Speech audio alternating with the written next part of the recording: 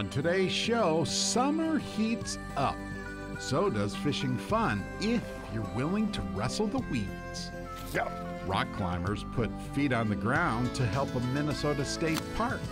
And school is in session as kids head to summer camp on the water.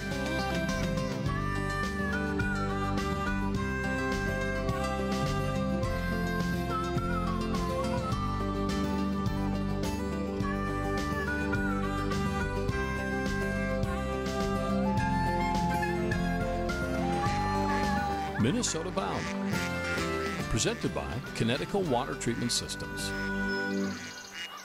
Hi everybody, Bill, Millie and I welcome you to Minnesota Bound. So often I get asked, where do you go fishing on your days off? Well, one of my passion projects is something called hopper fishing. That's right, you set out to document this special time during hot Minnesota summers.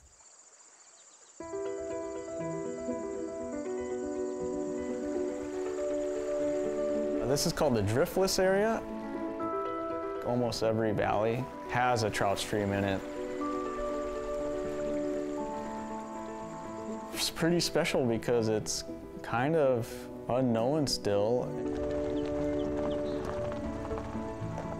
Minnesota trout streams, one of my perpetual passions. Especially on the hottest summer days when these cold water ecosystems come to life. If you walk through any of the farm fields right now, it just looks like the grass is jumping. Definitely a sight to see. Schistocerca americana, a fancy name for grasshoppers. Minnesota insects that thrive during dry summer spells. My name is Lance, and I'm the owner of Root River Rod Co. It's kind of the thing. People call them hoppers. I think the grasshoppers, you know, when they fall in the water, they make a good splash, and they also make a lot of movement, and they're struggling to get out of the water. Trout just sees that and, you know, sees a good opportunity for a big meal.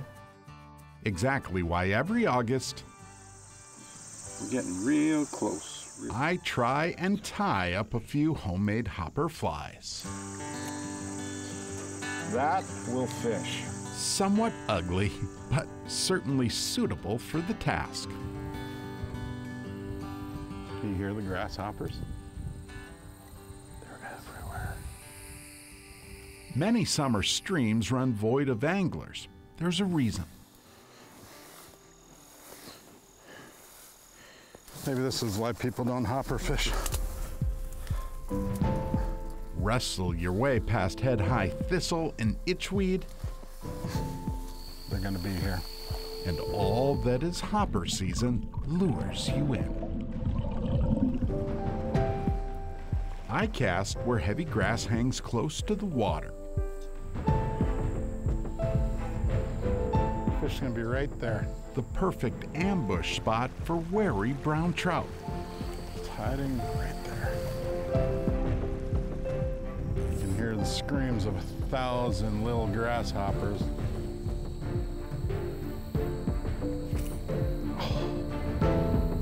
They literally come out of nowhere, and there it is. Try again.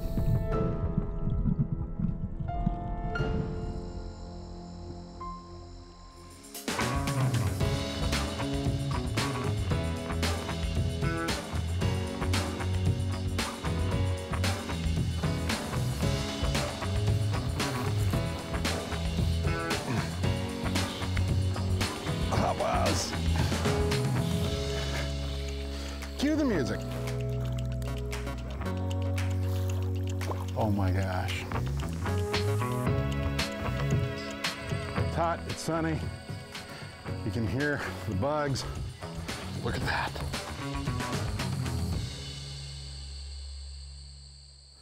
Hummingbirds, wildflowers, not another soul. It's amazing, just amazing.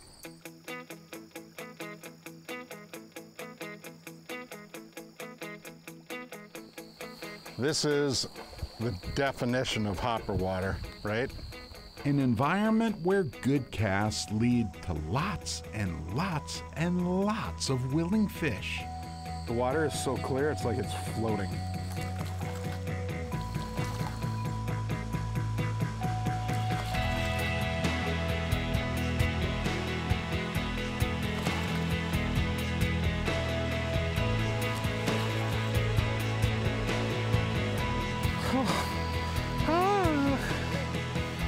Oh my gosh. Hey, buddy.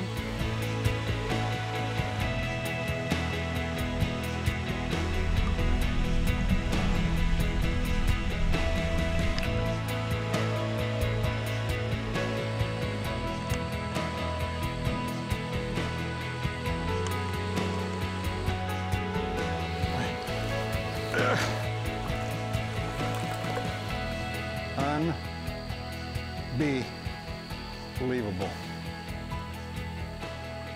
Oh, sorry. Cue the music.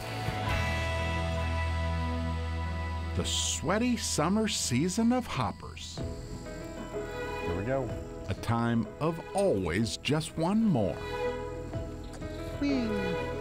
One more. Told you. At least Got him. until the light fades. Good thing there's always tomorrow.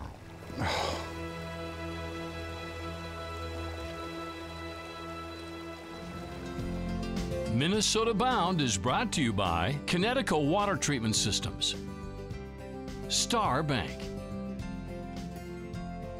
White Bear Lake Superstore, and by Your Boat Club.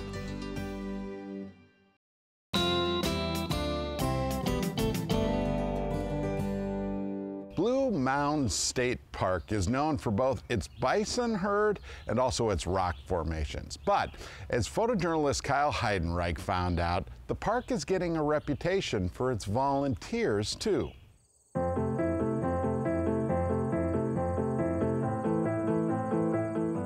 Blue Mound State Park is in southwestern Minnesota. We're about 15 miles to South Dakota and about 30 to Iowa.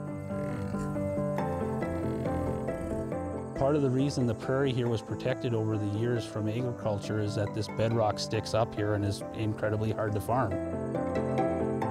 This is Sioux quartzite that you're looking at. It's over 2 billion years old, and it's actually the remains of an ancient river that snaked its way across Minnesota and South Dakota and Iowa and formed a geologic feature called the Buffalo Ridge. We're on the edge of that feature, and so on the east side of the park there's a 90-foot cliff of solid quartzite that people climb on. Got it, kiddo. Come on. Come on. Oh, man. The cliff faces will grow up with vegetation. We do our part with burning and other clipping to try to keep it down, but it takes a lot of man effort. There's a trail that goes up to the quarry. I know I need to weed whack. Alrighty. The Great Plains Climbing Coalition is an organization that's focused upon establishing and maintaining environmental sustainability projects in the climbing areas. The Great Plains Climbing Coalition is an organization that's ran and operated by its members. A lot of climbing folks, a lot of people that are just wanting to be involved with sustainable projects. Work's really important to me because after 6 years of being able to climb at Blue Mounds and getting to see the beauty that it is, it was really important that the trails were accessible to not just climbers, but to all hikers, by people just wanting to enjoy nature.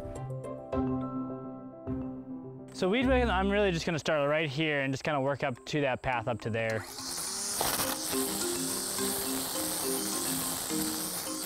A big part of what we do is actually coming up and bringing weed whackers out to trails, bringing pruning shears to be able to take care of the overgrowing branches.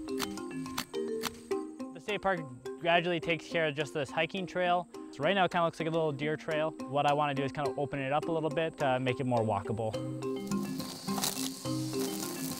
A lot of the hard sweat and tears. There we go, that looks good. In fact, I cleaned up 60 gallons worth of trash out of the Del Rapids area. It's a lot of good fun climbing, but it's also a lot of hard work taking care of the land. This beginning is really tough, so I will probably fall. I believe in you. Alrighty, climbing. Was always hungry to climb here and always looking for partners and just kind of come up short. And then I meet Jeremiah and he helps just build my knowledge set. The coalition within its first year acquired about 40 members. Come on, Maya. For me, it's the community. When I was going to college, I started rock climbing and that was where I found my people. And every month we see more and more people being involved and a lot of climbers saying, I love this sport, but what is there more that I can do to help contribute? With more members allows us to be able to do more events that are focused around sustainable projects. It's really great to be able to take people out and show them what climbing outside is like, but it's more important for us to teach them the environmental and sustainable part of climbing, about leaving no trace, how to take care of the rock, how to take care of trails, and leave it better than what we left it with. A lot in the outdoor industry, we consume our sport a lot, but when you really love something, you want to give yourself back to it.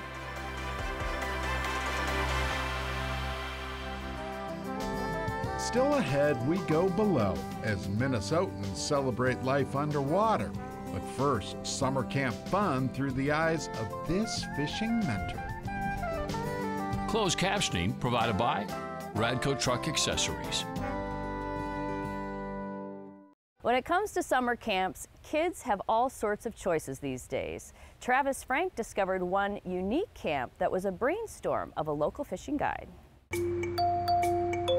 At Groveland Elementary in Minnetonka, Minnesota, a summer program lures kids back to school. Who do we have? No, these students aren't studying reading, writing, or arithmetic. They're here to fish. This is called Fish Camp. Fish camp. We teach kids the basics of fishing and give them tools that they can use for the rest of their lives. Let's see, so we just talked about... Dan Jasper, a Lake Minnetonka fishing guide, runs this summer camp with his wife Jill through Minnetonka's community ed program. This is our 12th year. First day, we're gonna help the kids learn a lot about fishing, from the rules and regulations to what kind of fish you can touch and how you touch them and hold them and take them off the hook. Then the kids gear up. You can get up from your chair, go grab a fishing pole. They all get their own equipment, so they get a rod, a reel, tackle box with all sorts of goodies in it. We're gonna show them how to use the gear. We're gonna help them learn how to tie fishing knots. We're gonna stick it through the eye of the lure.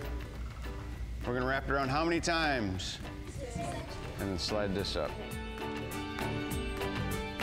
Captain Dan is patient and he makes fishing fun. Exactly why this fish camp has a waiting list of kids.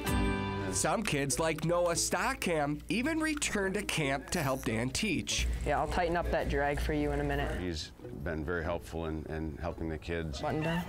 There you go. After kids master the basics, they head to Lake Minnetonka to test their new skills.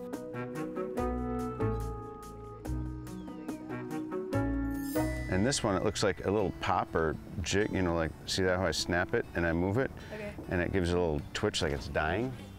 Because the weak bait's the one that gets eaten. Dan believes these simple fishing lessons can lead to years of joy. Oh, got him! Go, reel! Bring him up. Oh, that's a huge bullhead. Oh my God. I think it's important that we get more kids. And so if we can help them get going and doing it right, it's gonna help them later on in life. Pinch right there, lift him up, and we'll get a few pictures. Yeah, you got him. Nice job. So I'll hold on the fishing pole and you do the rest. And then with this hand, take the hook out. Perfect. Nice job. And back he goes. You catch a lot of fish and it's worth it. Those smiles add fuel to Dan's fishing mission. Have you ever seen a kid catch a fish for his first time? There's nothing like it. And it happens just about every camp where we have a kid that's never caught a fish, catches it and looks at me and says, Dan, that's my first fish. That's cool. 4 pounder. Oh, let's go, dude. Let's go. Tonka Fish Camp, a summer program hooking kids on fishing for life. Just sign up for this camp because it's really fun.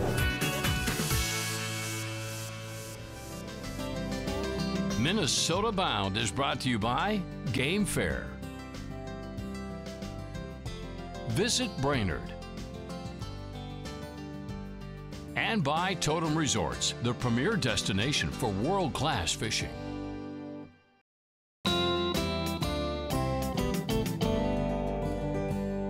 Minnesota offers so many different kinds of outdoor adventures. Yeah, some in places most folks will never see. Nestled in the wilds of northern Minnesota's Iron Range, there lies a hidden gem.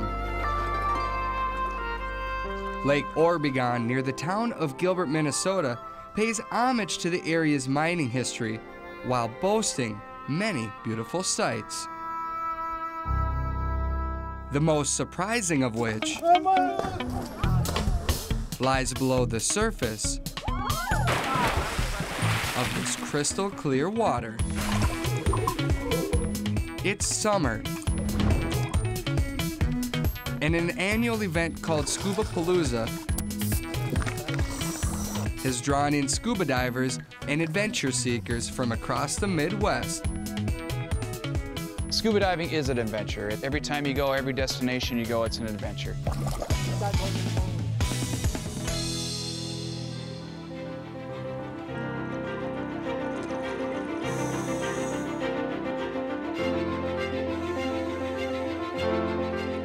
The whole concept for Scuba Palooza is just to get the diving community together, to create more of an emphasis on getting out, having a fun time scuba diving, and getting to see beautiful places in Minnesota. Gilbert's fantastic.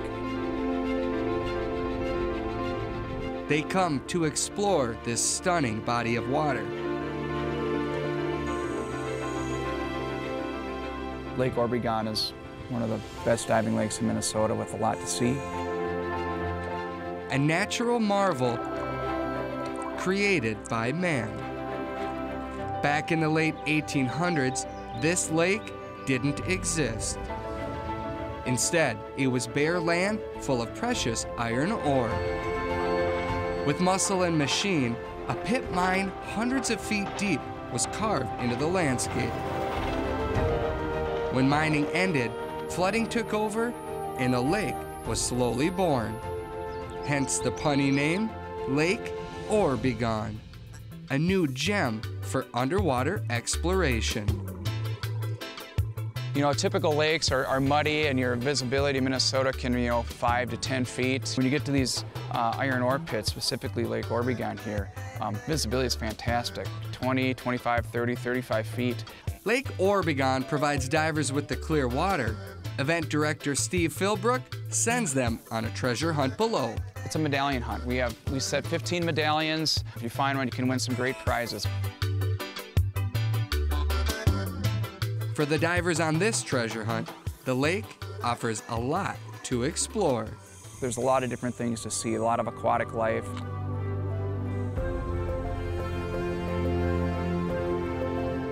The underwater forests are really cool to go through, especially when the sun beams are dancing down on them. Well, I actually just got certified yesterday. When you get in the water, it's actually really relaxing. It's like, this is no big deal. It's really awesome. Minnesota scuba divers celebrate all that Lake Orbegon has to offer. Camping, cliff jumping, and swimming to depths few ever get to see. The cool thing about diving is you get underwater and it's just so surreal. It's so quiet, peaceful. You can see the light rays dancing through the water column, fish swimming by. It's just a place you can go and get away and just enjoy the beauty this world has to offer. Just play where most people don't get to play. So, do you dive? I have once or twice, but I have a nice respect for sharks, so I don't go in the ocean too often. Good answer. That about does it for us. We certainly hope to see you back here next week. In the meantime, remember to introduce the kid to the great outdoors. Want to go diving? Come on, Ellie. Transportation provided by Premier Transportation. Call 1-800-899-7433.